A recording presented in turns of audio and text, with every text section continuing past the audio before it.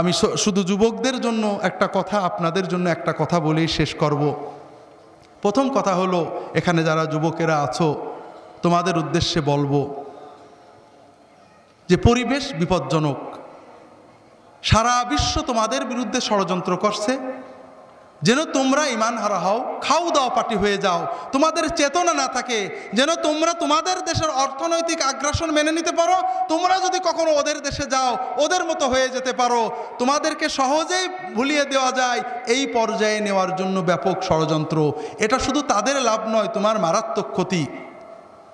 আমি মাঝে মাঝে একটা উদাহরণ দিই, অনেকেই শুনেছেন, আবারও এখানে দিচ্ছি। আপনারা দুধ যখন জাল দেওয়া হয়, দুধ জাল দেওয়া বলকুঠা দেখেননি?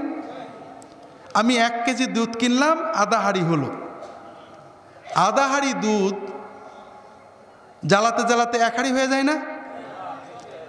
আমি চিন্তা করলাম যে আমি আলহামদুলিল্লাহ 1 কেজি দুধ খাবো কিনছিলাম, আল্লাহ আলহামদুলিল্লাহ হাঁড়ি ভরে 2 কেজি হয়ে গেছে।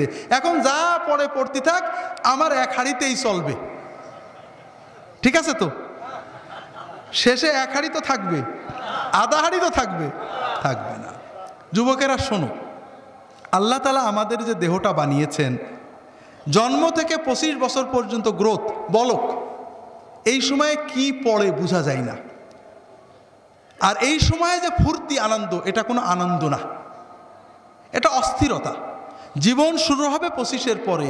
যদি 30 থেকে মৃত্যু পর্যন্ত জীবন পেতে চাও, মৃত্যু নয় জীবন, জীবন মৃত নয়, সত্যিকারের জীবন, যে জীবনে ফুর্তি থাকবে, কর্ম থাকবে, শান্তি থাকবে, এই রকম জীবন পেতে চাও, তাহলে আমার কথাটা একটু মন দিয়ে শোনো। আল্লাহ তাআলা যে নিয়মে বানিয়েছেন, প্রকৃতির সাথে যুদ্ধ করে আমরা জিততে পারবো না, আল্লাহর প্রকৃতিকে মেনে নিতে হবে। আল্লাহ তাআলা আমাদের সৃষ্টি করেছেন, প্রতিদিন 6-7 ঘন্টা তুমি ঘুমাবে, গভীর ঘুম, 1-2 ঘন্টা খেলবে, কঠিন পরিশ্রম, তোমার শরীর ঘেমে রক্ত টকবক করে বেরেনে যাবে। ফুটবল, হাডুডু, ব্যাডমিন্টন, ভলিবল, দৌড়, সাঁতার, এগুলো খেলতে হবে। এরপর 1-2 ঘন্টা আল্লাহর ইবাদত করতে হবে, আল্লাহর সালাত, সিয়াম, জিকির, যতটুকু পারা যায়। তাতে তোমার আত্মা সুস্থ হবে, তোমার মন পরিশুদ্ধ হবে, তোমার আত্মা, মন, দেহ সব কিছু প্রোডাক্টিভ হয়ে যাবে। এরপরে তুমি 4-5 ঘন্টা তোমার 25-এর পরের জন্য কর্ম বা শিক্ষা নেবে। এইভাবে যদি তুমি চলো, তাহলে তোমার জীবন গতিশীল হবে, তোমার জীবন ইনশাআল্লাহ মৃত্যু পর্যন্ত সচল থাকবে। কিন্তু তুমি এখন খেলাধুলো বন্ধ হয়ে গেছে, সারাদিন মোবাইল, ইলেকট্রনিক মিডিয়া, আর খাওয়া তো কি খাচ্ছি আমরা দেখছি। ইউরোপ আমেরিকার লোকেরা কিছু সুস্থ থাকে, ঠান্ডার কারণে ওরা দৌড়াতে হয়, পরিশ্রম করে, আমরা গরমের কারণে ওইটাও করি না। সারাদিন মোবাইল দেখছি, শুনছি, কানে ইয়ারফোন লাগিয়ে শুনছি, আমাদের কান চোখগুলো নষ্ট হচ্ছে। রাতে জেগে জেগে মোবাইল করছি, কথা বলছি, আমাদের ব্রেনটা ক্রেজি হয়ে যাচ্ছে, আমরা বুঝতে পারছি না, তবে আমাদের লেখাপড়া নষ্ট হচ্ছে।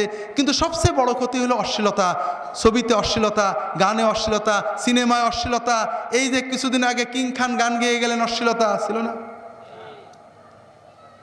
কিছু মানুষ কোটি কোটি টাকা কামাই করছেন এই সব অনুষ্ঠান, কিন্তু আমাদের যুবকদের কি হচ্ছে, অস্বীকার করার উপায় নেই। তাদের ভিতরে অস্থিরতা জন্ম নেয়, তাদের মনে হয় আমি আরও দেখি, টিভিতে বন্ধ হয়ে গেল, দেখি পাশের বাড়ির মেয়ের সাথে দেখা যায় কিনা, এইটা করে ওর অস্থিরতা, ওর পড়তে মন চায় না, ওর মোবাইল করতে মন চায়, ওর মনে হয় গল্প করি, এরপরে ও পাপের পথে চলে যায়, এরপরে হিরোইন ধরে, এরপরে ইয়াবা ধরে, এরপরে লেখাপড়া নষ্ট হয়ে যায়, ওর 25 হতে হতে ওর জীবনটা ক্ষতিগ্রস্ত হয়ে যায়, এর পরের জীবন মৃত হয়ে যায়, বাঁচতেও পারে না, মরতেও পারে না, ও হিরোইন গ্রহণ করে, মাদক গ্রহণ করে, এইভাবে সমাজটা আস্তে আস্তে ধ্বংস হয়ে যাচ্ছে। ঠিক না ভাই?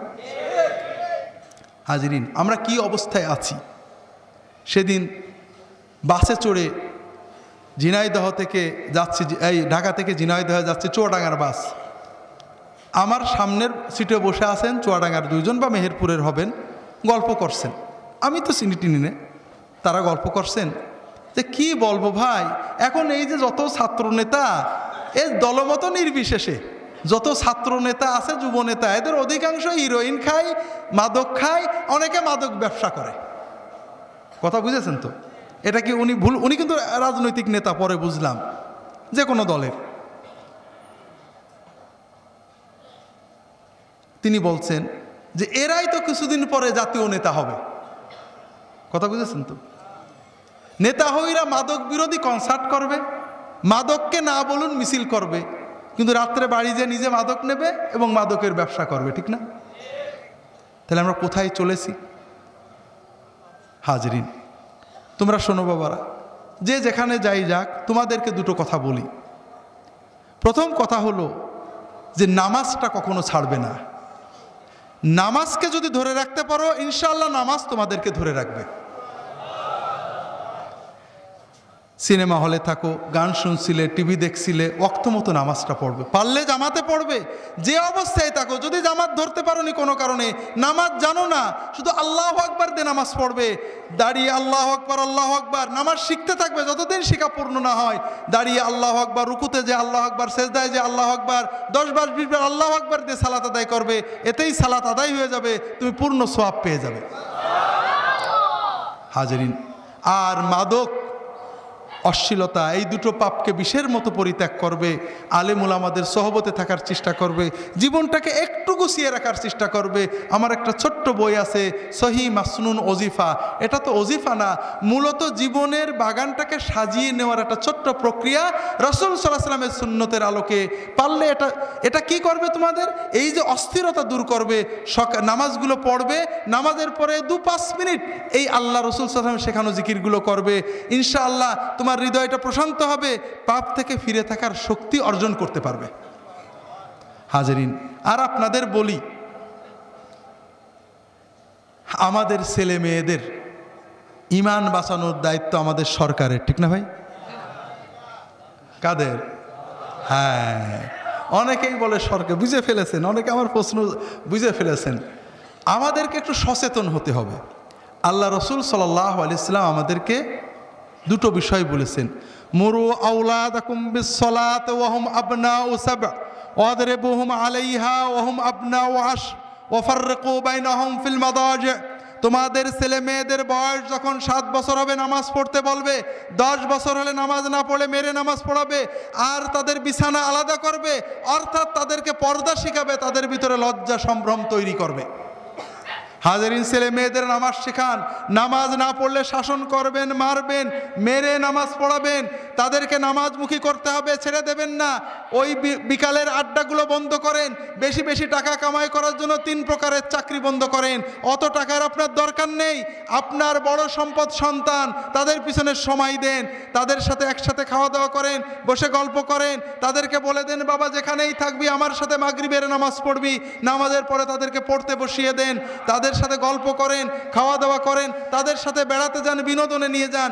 আপনি আলাদা বিনোদন করেন না, সিনেমা দেখবি না, মা অমুক জায়গায় যাবি না, সার্কাসে যাবি না, আর আপনি বুড়ো হয়ে গেছেন, চায়ের দোকানে গল্প করছেন। কোথায় যাবে তা তো বললেন না, বলেছেন নাকি? ওই শাসনে কাজ হবে না, আপনি তাকে সাথে করে নিয়ে যাবেন কোথায় যেতে হবে। তাদের যদি নিয়মিত সাথে নিতে পারেন, ও কোনোদিনই অবাধ্য হবে না। আর যদি অবাধ্য হওয়ার পরে শাসন করতে চান, কোনোদিনই করতে পারবেন না। যে কথা বলছিলাম ভাইয়েরা, আর আপনার ছেলে মেয়েদেরকে পর্দা শেখাবেন। আল্লাহ তাআলা কোরআন কারিমে পর্দা ফরজ করেছেন, আল্লাহ রাসূল সাল্লাল্লাহু আলাইহি ওয়াসাল্লাম হাদিসে পর্দা ফরজ করেছেন। এটা মাওলানাদের বানানো কোনো জিনিস নয়, এটা কোনো মৌলবাদী উগ্রতার জিনিস নয়। আল্লাহ মেয়েদের উপর পর্দা ফরজ করেছেন। শুধুমাত্র আপন পিতা, আপন বাপ, চাচা, আপন মামা, আপন ভাই, ভাতিজা, মাহারাম যাদের সাথে বিবাহ হয় না, তাদের সামনে মেয়েরা মাথার চুল, ঘাড়, কান, গলা খুলতে পারে। বাকি সকল পুরুষের সামনে মাথার চুল থেকে পা পর্যন্ত ঢেকে রাখা আল্লাহ তাআলা কোরআন কারিমে ফরজ করেছেন। কবজি পর্যন্ত হাত এবং চোখ দুটো খোলা যাবে। কোনো ফকি মুখটা খোলার অনুমতি দিয়েছেন, শর্ত হলো কোনো মেকআপ থাকবে না, অলংকার থাকবে না। কোনো মুসলমান মেয়ে যদি বেপরদা হয়ে বাইরে যায়, প্রতি সেকেন্ডে একটা করে জিনা করার মতো কবিরা গুনাহ তার আমলনামা, তার পিতামাতার আমলনামায় লেখা হতে থাকে। যতক্ষণ মুসলমান মেয়ে কসমেটিক পরে সেজে গুজে বাইরে যায়, আল্লাহর ফেরেশতাদের লানত তার উপর পড়তে থাকে। হাজরিন, সবচেয়ে বড় কথা, বেপরদা হলে একটা বড় লাভ আছে, বলবো নাকি আপনাদের? সেটা হলো টিজড হওয়া। ইভ টিজিং শোনেন না? কোনো পর্দানসীন মেয়েকে কোনো ছেলে টিজ করে নাকি? বাংলার যত বড় বখাটে হোক, তার হৃদয়ে যে ন্যূনতম ঈমানটা আছে, যে কোনো বুরকা পরা মহিলা দেখলে সম্ভ্রম করে সরে যাবে, যাবে না? ইংরেজিতে যেটা বলে শি ইজ এ লেডি, তাকে একটা ভদ্র মেয়ে মনে করবে। হাজরিন, যদি চান আপনার মেয়ে টিজড না হোক, তাহলে আপনার মেয়েকে সম্ভ্রম, ইন্টারনেটে দেখছিলাম একবার, ইন্ডিয়ান মেয়েরা লেখে যে কেউ আমাদের টিজড হওয়া থেকে বাঁচাতে পারবে না, আমাদের বাঁচতে হবে, আমাদের এমন পোশাক পরতে হবে যেন আমাদের আকৃতিটা না বোঝা যায়। ইন্ডিয়ান মেয়েদের আর্টিকেল পড়ছিলাম কোন একটা পত্রিকায়, ভুলে গেছি। হাজরিন, এখন যদি আমরা মেয়েদেরকে বেহায়া হতে উৎসাহ দিই, ওপেন হতে উৎসাহ দিই, আর বলি ইফটিজিং চলবে না, ইফটিজিংকে না বলুন, হবে নাকি? এই কয়েকদিন আগে পেপারে পাইলাম ইফটিজিং বিরোধী র্যালি কনসার্টে ইফটিজিং করিয়ে মারামারি করেছে। আত্মপ্রবঞ্চনা, প্রতারণা করছি। ইফটিজিংকে না বলুন, মাদককে না বলুন, স্বাক্ষর করুন, আর মেয়েদের বললাম বেহায়া হও, চলবে ভাই? হতে পারে না। আপনি প্রকৃতির বিরুদ্ধে যেতে পারবেন না। কাজে আপনাদের অনুরোধ করব, যদি চান আপনার মেয়েকে নিয়ে জান্নাতে যাবেন, আপনার মেয়ে টিজড না হোক, সম্ভ্রম নিয়ে বেঁচে থাক, আপনার মেয়ে জান্নাতে যাক আপনি চান, তাহলে মেয়েকে আল্লাহর হস্তে এই কিশোর বয়স থেকে তাদেরকে পর্দা শেখান, যেন অন্তত তারা সম্ভ্রম নিয়ে চলতে পারে। আল্লাহ তাআলা আমাদের তৌফিক দান করুন, আমিন।